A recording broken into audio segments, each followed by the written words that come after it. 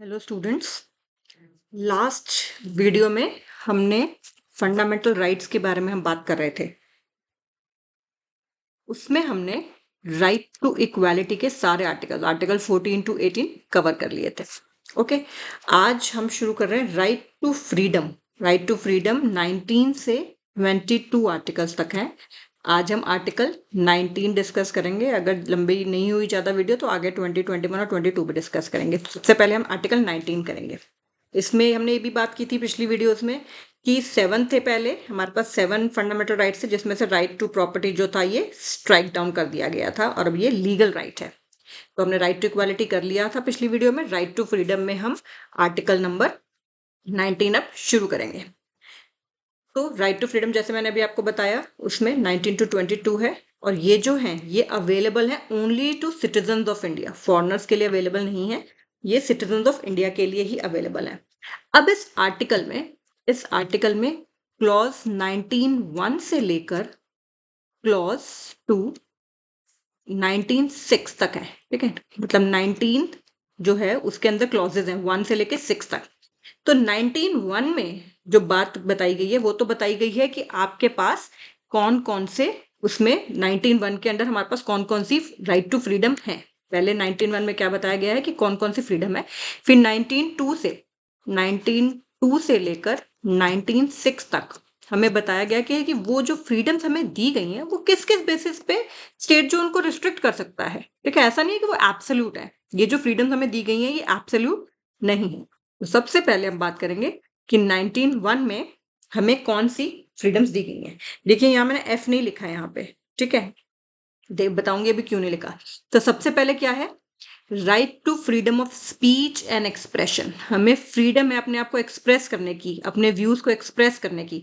और ये depending on the time to time, क्योंकि हमारी कॉन्स्टिट्यूशन बहुत ही डायनामिक है और टाइम टू टाइम चेंज करती ही रहती है depending on the interpretation bye judiciary also. तो इसमें हम देखेंगे, अभी एक एक करके डिटेल में भी पढ़ेंगे। पहले नाम देख रहे हैं हम क्या क्या है। Right to freedom of speech and expression.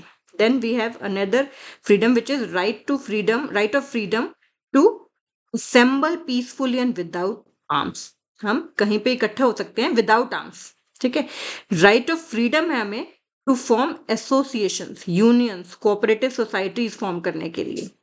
फिर we have right to move freely throughout the territory of India. हमने पार्ट 1 में पढ़ा था कि टेरिटरी ऑफ इंडिया में क्या क्या डिफाइन होता है। स्टेट्स होती हैं, यूटीज होती हैं और एनी अदर प्लेस जो कि एक्वायर्ड बाय इंडिया हो कभी भी किसी भी समय। फिर हमारे पास है right to reside and settle in any part of India. इस पे भी क्या क्या रिस्ट्रिक्शन होंगे उसके भी हम डिटेल बात करेंगे। एंड फिर एफ जो था वो राइट टू प्रॉपर्टी था, वो रिपील कर लिया गया था, वो अब लीगल राइट है। ये वाला राइट टू प्रॉपर्टी और जो मेन उसमें था 7 में वो अलग है। ठीक है, तो वो अब रिपील कर लिया गया। अब जी में क्या है, right to practice any profession और ऑक्यूपेशन। हम कोई भी ऑक्यूपेशन, कोई भी बिजनेस कर सकते हैं, बट ऑफ कोर्स ऐसा नहीं है कि हम बैठ के हम आर्म्स बनाने लग जाएं, लोगों को बॉम्ब बनाने लग जाएं। तो वो सब आगे रिस्ट्रिक्शंस क्या हैं वो सब हम देखेंगे। तो एक बार दोबारा से देख लेते हैं हमारे पास कौन कौन सी 6 फ्रीडम्स है अंडर आर्टिकल 19(1). 19(1) में हमारे पास पहले है freedom of speech and expression. फिर है freedom to assemble peacefully and without arms. Arms मतलब वेपन्स वगैरह। Freedom to form associations or unions or even cooperative societies. Then we have freedom to move freely throughout the territory of India. Then we also have freedom to reside and settle in any part of the territory of India. And then we have right to practice any profession or occupation or business. ये हमें covered है किसमें, article 19 के clause 1 में। अब हम आगे के क्लॉज देखते हैं। तो सबसे पहले जैसे मैंने आपको बताया कि these freedoms are not absolute।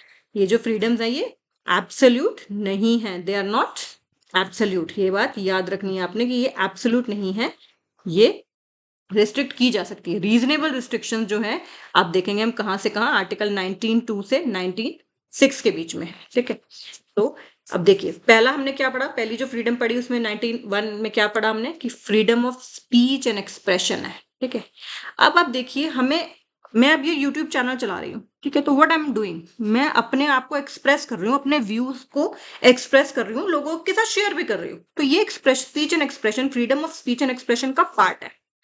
लेकिन अगर अब मैं कुछ ऐसा करूँ कि मैं तो एक अपने आप अपने व्यूज़ देने लग जाऊँ कि नहीं भई हमारे देश को तो 10 टुकड़ों में बाँट देना चाहिए और ये है, वो है, बंगाल को अलग कर दो, पंजाब को अलग कर दो एंड ऑल दैट, तो वो क्या कर रहा है?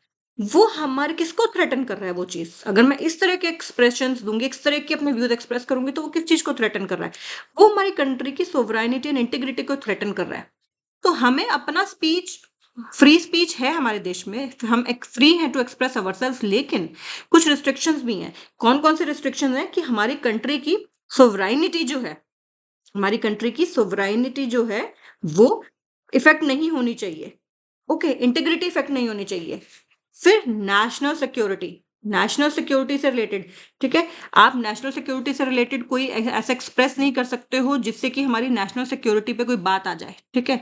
कुछ ऐसी इन्फॉर्मेशन आप शेयर कर रहे हो जिससे कि एनिमी कंट्रीज़ को कुछ फ़ायदा हो जाए, ठीक है? आप हम बहुत सारी सेंसिटिव इन्फॉर्मेशन होती है एक देश में, ठीक है? तो इस तरह की कोई भी चीज़ आप एक्सप्रेस नहीं कर सकते फ्री स्पीच में कि उससे हमारी नेशनल सिक्योरिटी थ्रेटन हो जाए। फिर friendly relations with foreign states. अब कई सारे हमारी कंट्रीज़ हैं जो हमारी फ्रेंड हैं, कई सारी कंट्रीज़ हैं जो इतने हमारे अच्छे रिलेशन नहीं हैं। लेकिन हमें कभी भी कुछ ऐसा नहीं बोलना होता है कि जिससे हमारी और स्टेट के साथ, फॉरेन स्टेट्स के साथ रिलेशंस खराब हो, ठीक है? अब हम यूएसए हैं मान लो, हम यूएसए के बारे में कोई बंदा जो बड़ा पॉपुलर मान लो यूट्यूब चैनल चलाता है और वो यूएसए के अगेंस्ट बोलना शुरू कर दे, ठीक है? जो बहुत ही जिसकी पॉपुलैरिटी हो, बहुत ज़्यादा सब्सक्राइबर्स हो, तो क्या फिर वो हमारे रिलेशन अच्छे रहेंगे उस फॉरेन स्टेट के साथ? नहीं रहेंगे। तो हम ऐसा भी कुछ नहीं कह सकते फ्री स्पीच में कि हम दूसरे देशों पे इवन हम अपनी एनिमी स्टेट्स के बारे में भी इतना ओपनली नहीं हमें बोलना होता है। पब्लिक ऑर्डर पब्लिक ऑर्डर, ठीक है? कुछ भी ऐसा नहीं हम कर सकते। पब्लिक ऑर्डर आ गया, डिसेंसी एंड मोरालिटी आ गई, ये सब एक ही साथ हम रीड कर सकते हैं कि आपको कुछ भी डिस्टर्बिंग नहीं कर सकते हम सोसाइटी में। हम अपनी जब बात कर रहे हैं, ठीक है? कि हम सपोज़ करो हमने पहले वाले राइट टू इक्वालिटी में पढ़ा था, ठीक है? कि हमें सबको irrespective of their gender, of their caste, of their status, उनको इक्वली ट्रीट करना है। लेकिन हम कुछ ऐसी बात कह दें अगर अपने उनसे व्यूज़ के थ्रू जिससे कि पब्लिक ऑर्डर ही डिस्टर्ब हो जाए, ठीक है? कि नहीं-नहीं ये तो मतलब अनटचेबिलिटी जैसे क्राइम है, ठीक है? उसके बारे में ही कोई बात कर दे, तो उसे पब्लिक ऑर्डर डिस्टर्ब कर देंगी ये चीज़ें। डिसेंसी एंड मोरालिटी भी हमें ध्यान रखनी होती है कि हम अपनी बात कर रहे हैं। आपने देखा होगा बहुत सारी बार किसी को पकड़ लिया जाता है कि उसने बहुत ही ऑब्सीन लैंग्वेज यूज़ की, बहुत ही वल्गर लैंग्वेज यूज़ की। इवन जो हमारी मूवीज़ आती हैं, उनको भी पहले जो हमारा बोर्ड होता है, जो सर्टिफ़ाई करता है मूवीज़ को, वो पहले देखता है कि बहुत ज़्यादा उसमें मतलब वल्गर लैंग्वेज या अभी ऑफ़ कोर्स आजकल तो देख रहे हैं हम कि बहुत ज़्यादा इंडिसेंट अभी कल-परसों ही 25 प्लेटफ़ॉर्म्स जो हैं, 25 प्लेटफ़ॉर्म्स गवर्नमेंट ने बंद किए हैं क्योंकि उसमें बहुत ज़्यादा वल्गर लैंग्वेज यूज़ हो रही थी, ठीक है? जो कि बहुत ही इंडिसेंट थी, बहुत ही वल्गर थी। तो 25 ऐसे प्लेटफ़ॉर्म्स को रोक दिया गया, बैन कर दिया है गवर्नमेंट ने, ठीक है? क्यों? क्योंकि वो freedom of speech and expression का मतलब नहीं है कि आप बहुत ज़्यादा इंडिसेंसी आप फैलाएँ, ठीक है? तो हमें डिसेंसी और मोरालिटी के कंपास पे भी उसको देखना होता है कि हमारी freedom of speech and expression हम कुछ भी नहीं कर सकते, ठीक है? Then contempt of court, this is very important. Contempt of court नहीं होना चाहिए। हम कुछ कह रहे हैं, कोई मैटर है, वो अभी कोर्ट में चल रहा है, ठीक है? सब जुडिस है वो मैटर और हम उसके बारे में कह रहे हैं जिससे कि कंटेम्प्ट हो सकता है। अगर कोर्ट ने कह रखा है, बहुत बार ऐसा होता है कि कोर्ट कह देता है कि ये वाली जो चीज़ है, इसके बारे में भी मीडिया में कोई बात नहीं आएगी, ठीक है? ये मीडिया कवर नहीं करेगा। बहुत सारे सेंसिटिव इश्यूज़ होते हैं। तो लेकिन अगर ऐसा ना किया जाए तो कोर्ट का कंटेम्प्ट हो सकता है और भी केसेज़ में कोर्ट का कंटेम्प्ट हो सकता है। तो वो चीज़ जो है फिर वो आपके freedom of speech and expression में नहीं आएगी। फिर डिफेमेशन, बिना मतलब हम किसी को बिना बात के अगर किसी को बुरा नाम कर रहे हैं, किसी का डिफेम कर रहे हैं, किसी को बदनाम कर रहे हैं किसी को, तो वो भी नहीं है कि मेरा मन है कि चलो मेरा यूट्यूब चैनल पे इतने सारे सब्सक्राइबर हैं तो मैं फलाने यूट्यूबर को अगेंस्ट कुछ भी बोलती जाऊँ। No, it doesn't work like that. फिर इंसाइटमेंट टू एन ऑफेंस, हमारी बात से हमारी बात से कोई प्रॉब्लम, कोई ऑफेंस ना हो जाए। जैसे कि आपने देखा होगा कई लोगों के जब कभी दंगे हो जाते हैं, हमारी छोटे-छोटे कभी अभी नूंह में हो गए थे, कभी मेरठ में हो गए थे, तो क्या होता है कि व्हाट्सएप के थ्रू लोग अपने व्यूज़ दे रहे हैं, ठीक है? कोई हिंदूज़ हैं, मुस्लिम्स के अगेंस्ट दे रहे हैं, रिलिजन के अगेंस्ट दे रहे हैं, तो उससे क्या होता है कि कोई दंगे भड़क जाते हैं, कुछ भी हो सकता है। तो हमारी फ्रीडम ऑफ स्पीच में ऐसा नहीं होना चाहिए कि इंसाइटमेंट टू एन ऑफेंस हो जाए। ओवैसी का नाम आपने सुना होगा, ठीक है? तो वो हेट स्पीच देते हैं। तो ये सारी चीज़ें नहीं है। तो इन सारे बेसिस पे ये जो है sovereignty and integrity of India, national security, friendly relations with foreign states, public order, decency, contempt of court, defamation, incitement to an offence, इनके बेसिस पे गवर्नमेंट जो है हमारी freedom of speech and expression को लिमिट कर सकती है। Okay, तो दीज जो ये जो हमारे पास पैरामीटर्स हैं, ये बहुत इंपॉर्टेंट है। जो फ्रीडम ऑफ स्पीच है वो बहुत है। अभी हुआ भी क्या था, अभी क्या हुआ था, एक जब इंडिपेंडेंस के थोड़े टाइम बाद ही, इनफैक्ट कॉन्स्टिट्यूशन के इनटू फोर्स आने के बाद ही हुआ था कि किसी स्कूल में 3 बच्चों ने नेशनल एंथम नहीं गाया। ठीक है, फिर वो फाइनली मैटर, ये वो उनको एक्सपेल कर दिया गया स्कूल से। फिर वो फाइनली मैटर पहुंचा कोर्ट में, तो कोर्ट ने बोला कि right to freedom of speech में राइट टू साइलेंस भी इंक्लूडेड है। Right to freedom of speech में राइट टू साइलेंस भी इंक्लूडेड है। तो अगर आप चुप रहना चाहते हैं, जैसे अभी आजकल क्या हो रहा है, किसी ने हाँ, वो नहीं बोला हिंदुस्तान जिंदाबाद तो करके पीट दिया लोगों ने। ठीक है, बहुत कुछ हो रहा है। ठीक है, किसी ने भारत माता की जय नहीं बोला तो भी पीट दिया। तो ये सब गलत चीजें हैं। ठीक है, राइट टू साइलेंस है हमारे पास under freedom of speech and expression. Right to silence है।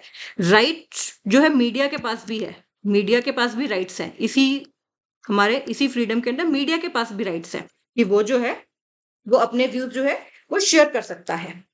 एडवर्टाइजमेंट्स आती हैं, आपने देखा है कमर्शियल एडवर्टाइजमेंट्स आती हैं इतनी सारी, जो हम टीवी पे देखते हैं जब, तो कितनी सारी कमर्शियल एडवर्टाइजमेंट्स आ रही हैं। वो सब क्या है, वो सब भी freedom of speech and expression है। हमारा फोन टैप ना हो, right against tapping of phone, right against, ठीक है, अगेंस्ट टैपिंग ऑफ फोन। ये राइट टू प्राइवेसी में भी आएगा और इसमें भी आता है right against tapping of phone. ठीक है, कि हमारी क्या बात हो रही है, हम किससे अपना एक्सप्रेस कर रहे हैं व्यूज। फिर हम डेमोन्स्ट्रेट भी कर सकते हैं। ठीक है, धरने पे लोग बैठ जाते हैं। ठीक है, स्कूलों में, कॉलेजेस में, ऑफिसेज में डेमोन्स्ट्रेशन होती है कि हम धरने पे बैठ गए, पिकेटिंग होती है हम धरने पे बैठ गए हैं। लेकिन लेकिन right to strike freedom of expression का पार्ट नहीं है। याद रखना है, राइट टू स्ट्राइक जो है, आप धरना कर सकते हो लेकिन स्ट्राइक नहीं कर सकते कि आप फ्रीडम ऑफ, हम तो जी स्ट्राइक करेंगे freedom of speech and expression के नाम पे। नो, आप पीसफुल डेमोन्स्ट्रेशन कर सकते हो, पीसफुल। ठीक है, ये नहीं कि आप हाथ में तलवारें लेके निकल गए जी हम धरना करेंगे। नो। तो right freedom of speech and expression बहुत वाइड है, इसमें आपको चुप रहने का भी है, इसमें you have the right to know also.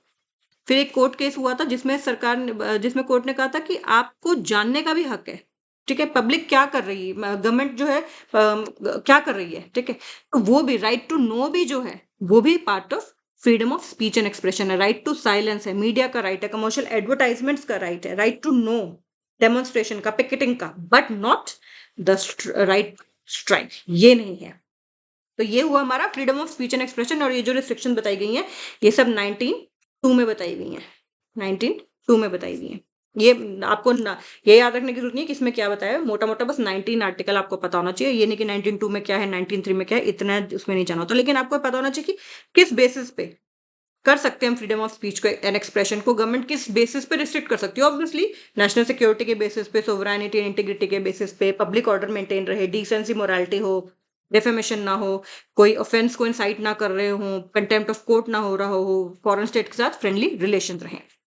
तो ये हुआ हमारा पार्ट नंबर ए। अब हम करते हैं बात किसकी, freedom to assemble peacefully and without arms.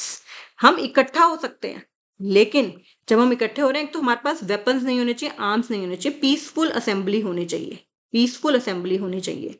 इसमें एक और बात भी होती है कि इस तरह की जो असेंबली होती है वो पब्लिक लैंड पे होनी चाहिए होती है। ये नहीं है कि मेरा मन कर रहा है जी हम पार्टी करें और चलो हम शाहरुख खान के बंगले मन्नत पे चलेंगे, मैं तो वहीं पे असेंबली करूंगी पीसफुली। नो, ठीक है, ऐसा नहीं है। तो इसको भी जो है गवर्नमेंट जो है रिस्ट्रिक्ट कर सकती है, एक तो सोवरेनिटी एंड इंटीग्रिटी के बेसिस पे, और एक public order including maintenance of traffic. मुझे एक असेंबली करनी है, ये नहीं है कि मैं रोड पे एक शामियाना लगा के, एक टेंट लगा के एक असेंबली कर रही हूँ। नो, पब्लिक ऑर्डर भी मेंटेन रहना चाहिए, जिसमें इंक्लूडिंग मेंटेनेंस ऑफ ट्रैफिक, कि ट्रैफिक डिस्टर्ब ना हो, ये भी तो पब्लिक ऑर्डर का पार्ट है। ठीक है, पब्लिक ऑर्डर, पब्लिक इंटरेस्ट बहुत ब्रॉड टर्म्स हो सकती हैं, क्योंकि बहुत सारी जगह पे हम लिखेंगे पब्लिक ऑर्डर, कॉन्स्टिट्यूशन में लिखा है पब्लिक ऑर्डर, पब्लिक इंटरेस्ट, तो उसमें काफी सारी चीजें कवर सकती है। तो हम असेंबली कर सकते हैं पीसफुली और विदाउट आर्म्स। ठीक है, लेकिन वो sovereignty and integrity of India को थ्रेटन ना करे। ठीक है, कि हम किसी ऐसे पर्पस के लिए नहीं कर रहे मीटिंग कि जो कि हमारी कंट्री की इंटीग्रिटी को ही मतलब खतरे में डाल दे, सोवरेनिटी को ही। इसी तरह से पब्लिक ऑर्डर डिस्टर्ब नहीं होना चाहिए। ठीक है, पब्लिक को कोई दिक्कत नहीं होनी चाहिए, मेंटेनेंस ऑफ ट्रैफिक डिस्टर्ब नहीं होना चाहिए, ऑल दैट विदाउट आर्म्स होनी चाहिए। और ये पब्लिक लैंड पे ही अलाउड होती है। घर में भी लोग करते हैं, ऐसा नहीं है कि हम पार्टी नहीं कर रहे, ऐसा नहीं है कि हम किसी क्लब में बुक करके नहीं कर रहे, वो सब अलाउड। ठीक है, लेकिन पीसफुली एंड विदाउट आर्म्स होनी चाहिए। फिर सी पार्ट में क्या कहते हैं, फ्रीडम टू फॉर्म एसोसिएशंस और यूनियंस और कोऑपरेटिव सोसाइटीज ऑल्सो। आप बना सकते हो एसोसिएशन, आप बना सकते हो, लेकिन उसको भी हम गवर्नमेंट लिमिट कर सकती है। किसके बेसिस पे? एक तो sovereignty and integrity of India तो है ही है। अब मैं एक एसोसिएशन बना लूं, एक यूनियन बना लूं कि जी मैं कोई और ही पार्ट को, जैसे अब खालिस्तान की डिमांड उठती रहती है, ठीक है, तो ये सारी जो एसोसिएशन होती हैं, दे आर बेसिकली, अगर आप किसी इंटीग्रिटी को आप थ्रेटन करोगे, देश की सोवरेनिटी को थ्रेटन करोगे, तो ये सब एसोसिएशन अलाउड नहीं होती, वो सब इलीगल होती हैं। फिर पब्लिक ऑर्डर भी खराब नहीं होना चाहिए, मोरालिटी भी, किसी इमोरल पर्पस के लिए आपने कोई एसोसिएशन बना लीजिए, ठीक है, तो वो सब भी अलाउड नहीं है। इसमें एक और बात आपको ध्यान रखना है कि इसमें जब आप एसोसिएशन बनाते हैं, तो उसका राइट टू रिकॉग्निशन नहीं मिलता। आपने एक बना लिया, आपने एसोसिएशन बना तो ली, लेकिन उसको राइट टू रिकॉग्निशन, कि उसको रिकॉग्नाइज भी करे गवर्नमेंट, वो नहीं मिलता। गवर्नमेंट की इच्छा है, क्योंकि बहुत सारी रिकॉग्नाइज्ड यूनियंस होती हैं कि गवर्नमेंट उनको रिकॉग्नाइज करती है कि हाँ ठीक है, उनकी डिमांड्स भी सुनी जाती हैं फिर गवर्नमेंट के द्वारा या जो भी है, लेकिन राइट टू रिकॉग्निशन जो है, राइट टू उसमें नहीं आता। इसी तरह से राइट टू स्ट्राइक भी नहीं आता। बहुत सारी फैक्ट्रीज में यूनियंस बन जाती हैं वर्कर्स की, इसमें राइट टू स्ट्राइक नहीं आता। आप यूनियन बना सकते हो, बट आप राइट टू स्ट्राइक नहीं कर सकते, लॉकआउट नहीं कर सकते। वो सब वैसे भी इंडस्ट्रियल लॉज में कवर होता है, ये जो लॉकआउट करना है, ये सब चीजें जो है, ये इंडस्ट्रियल लॉज में कवर होती हैं। तो राइट टू फॉर्म एसोसिएशन में राइट टू रिकॉग्निशन नहीं मिलता, ना ही राइट टू स्ट्राइक मिलता है, ठीक है। एंड जब आप एसोसिएशन कोई बनाई जाती है, कोई यूनियन बनाई जाती है, तो वो इमोरल पर्पसेस के लिए नहीं होनी चाहिए, मोरालिटी ध्यान रखनी जानती है, पब्लिक ऑर्डर को और sovereignty and integrity of India भी थ्रेटन बिल्कुल भी नहीं होनी चाहिए, तभी ऐसी एसोसिएशन बन सकती हैं। स्ट्राइक नहीं कर सकते और रिकॉग्निशन का हक भी नहीं मांग सकते हैं कि हमें रिकॉग्नाइज भी किया जाए। बहुत सारी यूनियंस आपने देखी होंगी, इवन फिल्म वर्कर्स की यूनियंस होती हैं, जो फिल्म वर्कर्स में छोटे, मतलब स्पॉट बॉय से लेके छोटे छोटे होते हैं, फैक्ट्रीज में जो वर्कर्स काम करते हैं, जो बिल्कुल ग्राउंड लेवल पे काम करते हैं, तो उनकी यूनियंस होती हैं ताकि उनके इंटरेस्ट को प्रोटेक्ट किया जा सके। तो ये सारी चीजें अलाउड है कि आप यूनियंस बनाएं, लेकिन बस इन चीजों को ध्यान रखते हुए कि वो sovereignty and integrity of India को थ्रेटन ना करें, पब्लिक ऑर्डर को डिस्टर्ब ना करें, और मोरालिटी के कंपास पे भी ठीक हो। फिर पॉइंट नंबर डी में जो हमारे पास इसका फोर्थ फ्रीडम आती है, वो क्या आती है?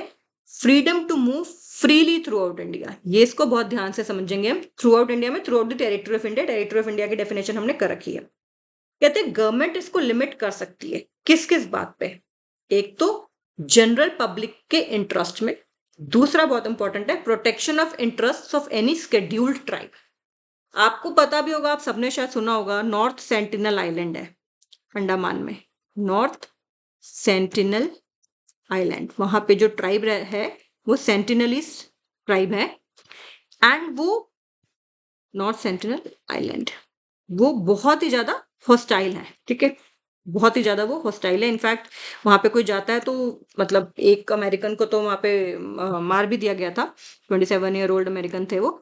तो ये जो है, इनको प्रोटेक्शन के लिए गवर्नमेंट ने भी कह रखा है कि वहां पे कोई नहीं जाएगा। गवर्नमेंट को भी कभी जाना होता है तो उनके एक अलग वो होते हैं, बट ये बिल्कुल भी आम पब्लिक से नहीं मिलते, बहुत ही ज्यादा आइसोलेटेड है। तो ऐसे गवर्नमेंट जो है, किसी भी शेड्यूल ट्राइब को प्रोटेक्ट करने के लिए औरों की मूवमेंट को लिमिट कर सकते हैं। जैसे हम बहुत सारे आइलैंड है, नॉर्थ, जैसे नॉर्थ सेंटिनल आइलैंड तो सबसे ज्यादा फेमस है इंडिया में, कि यहाँ पे नहीं जा सकते आप, ठीक है।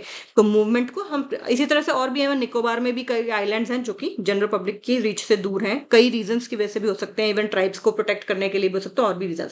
तो शेड्यूल ट्राइब कोई इंटरेस्ट को प्रोटेक्ट करने के लिए, ताकि उनका कल्चर, उनका सब मेंटेन रहे, उनके यूनिक जो ट्रेडिशंस हैं, उनकी लैंग्वेज है, वो सब मेंटेन रहे, तो इसके लिए गवर्नमेंट रिस्ट्रिक्ट कर सकती है मूवमेंट। दूसरा, जनरल पब्लिक के इंटरेस्ट के लिए भी, जनरल पब्लिक के इंटरेस्ट के लिए भी, अगर आपको अभी किसी चीज में अगर लगता है, अभी जैसे कि आपने देखा होगा कर्फ्यू लगा दिया जाता है, कर्फ्यू लगा देते हैं ना, अगर कोई कुछ प्रॉब्लम हो गई है किसी एरिया में, कुछ वायलेंस हो गया, कुछ हो गया, तो कर्फ्यू लगा दिया जाता है। तो क्यों लगा दिया जाता है? क्योंकि उसमें जनरल पब्लिक का इंटरेस्ट है ना।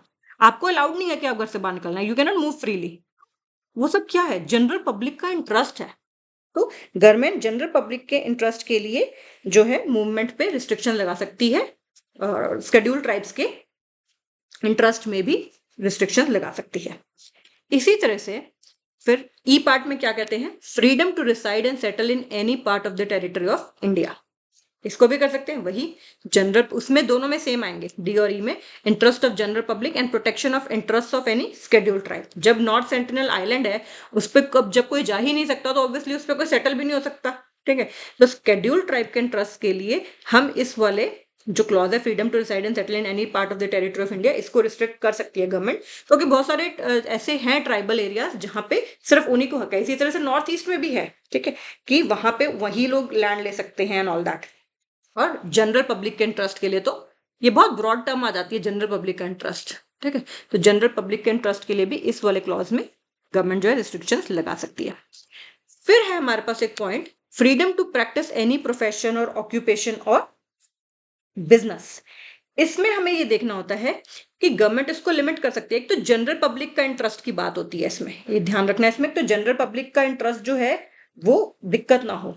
लेकिन जैसे कि सपोज करो कि कोई घर में अभी किसी एक कौन सी जगह मुझे याद नहीं आ रहा, बट किसी प्रोफेसर को भी अरेस्ट किया है गवर्नमेंट ने, जो कि उसने एक फ्लैट को किराए पे लेके वो ड्रग्स बना रहे थे, ठीक है, केमिस्ट्री के प्रोफेसर, ठीक है, अच्छे उस पे पोजीशन पे, एंड बट उन्होंने ये काम कर रहे थे वो, और वहां से काफी सारा जो सामान भी उनके यहाँ से मिला काफी क्वांटिटी में।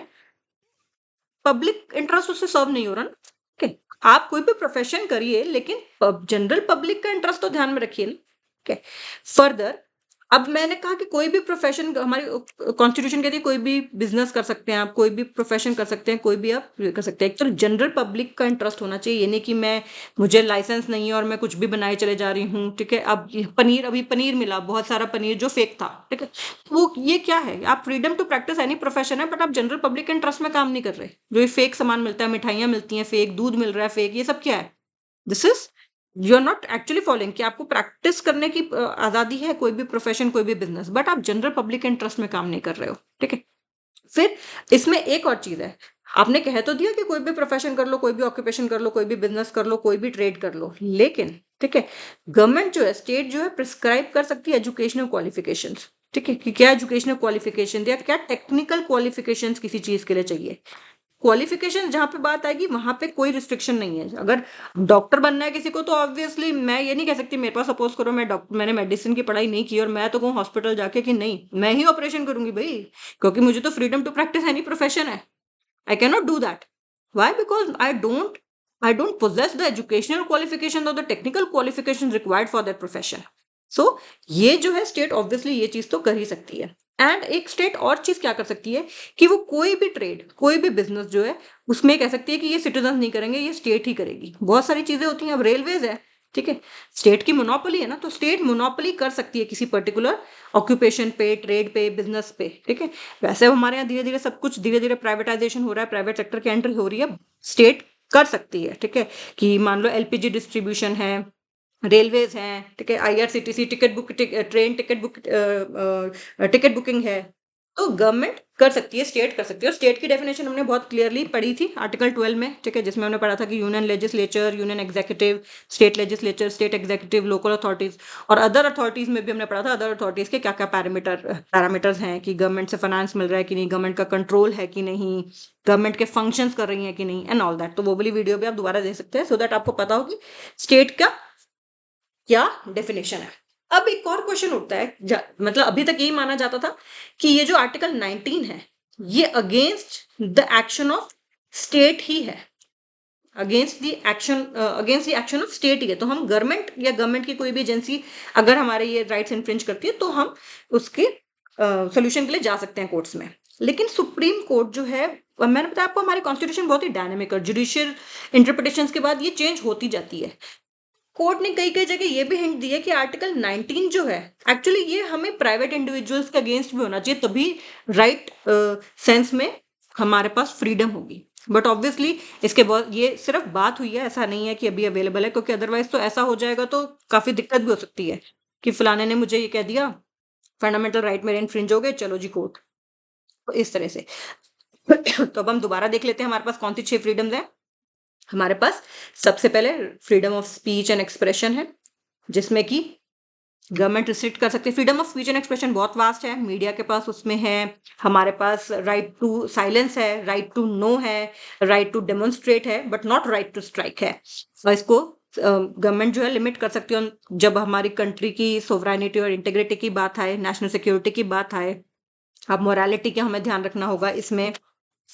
फिर हमें इसमें friendly relation with foreign states, public order, decency, morality, contempt of court नहीं होना चाहिए, डिफेमेशन नहीं होनी चाहिए, इंसाइटमेंट टू ऑफेंस नहीं होनी चाहिए। फिर हमने सेकंड में क्या पढ़ा था?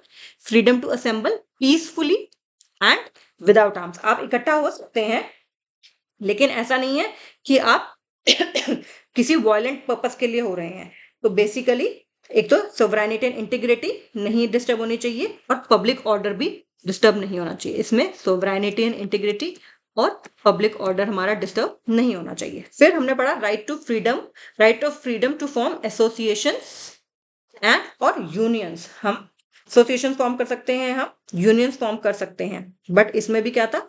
Sovereignty and integrity, public order और मोरालिटी डिस्टर्ब नहीं होनी चाहिए। सोवरेनिटी एंड इंटीग्रिटी हमारी कंट्री के थ्रेटन नहीं होनी चाहिए, पब्लिक ऑर्डर, मोरालिटी ये सब थ्रेटन नहीं होना चाहिए। फिर हम मूव कर सकते हैं freely throughout the territory of India, लेकिन शेड्यूल कास्ट के एक तो प्रोटेक्शन के लिए स्टेट जो है हमारे राइट्स को रिस्ट्रिक्ट कर सकती है, और दूसरा जनरल पब्लिक के इंटरेस्ट में भी कर सकती है। यही दोनों बातें इसमें भी आ जाएंगी कि शेड्यूल कास्ट के इंटरेस्ट के लिए reside and settle in any part of India का जो हमारा राइट है उसको जनरल पब्लिक के इंटरेस्ट के लिए, और एसटीज को प्रोटेक्ट करने के लिए, उस एसटीज के इंटरेस्ट को प्रोटेक्ट करने के लिए गवर्नमेंट जो है, स्टेट जो है वो इनको रिस्ट्रिक्ट कर सकती है। फिर right to practice any profession और ऑक्यूपेशन वो भी कर सकते हैं, लेकिन इसमें क्या है कि एक तो गवर्नमेंट जो है मोनोपोली कर सकती है, सिटीजन्स को एक्सक्लूड कर सकती है, ठीक है, एंड क्योंकि लाइवलीहुड है इसलिए आप कर सकते हैं, लेकिन ऑब्वियसली वो जनरल पब्लिक के अगेंस्ट नहीं होना चाहिए। प्रोफेशनल टेक्निकल एजुकेशन कहीं पे, क्वालिफिकेशन कहीं पे नेसेसरी है तो वो भी की जा सकती हैं।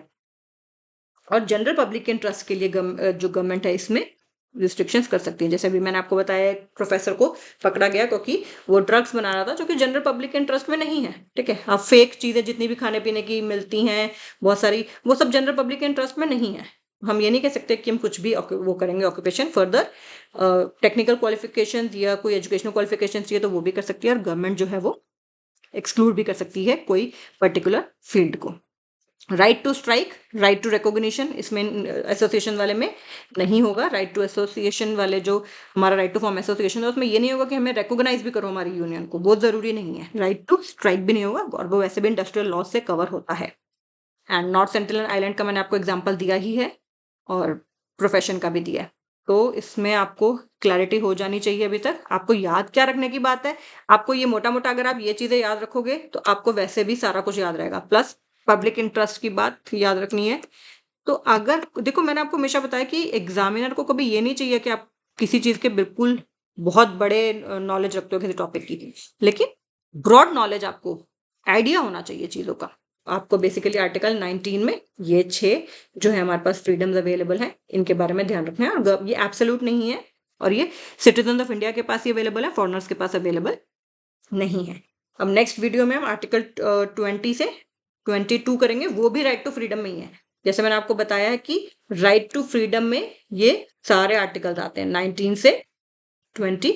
तो हमने आज 19 वाला कर लिया है, और 20 से 22 तक नेक्स्ट वीडियो में करेंगे।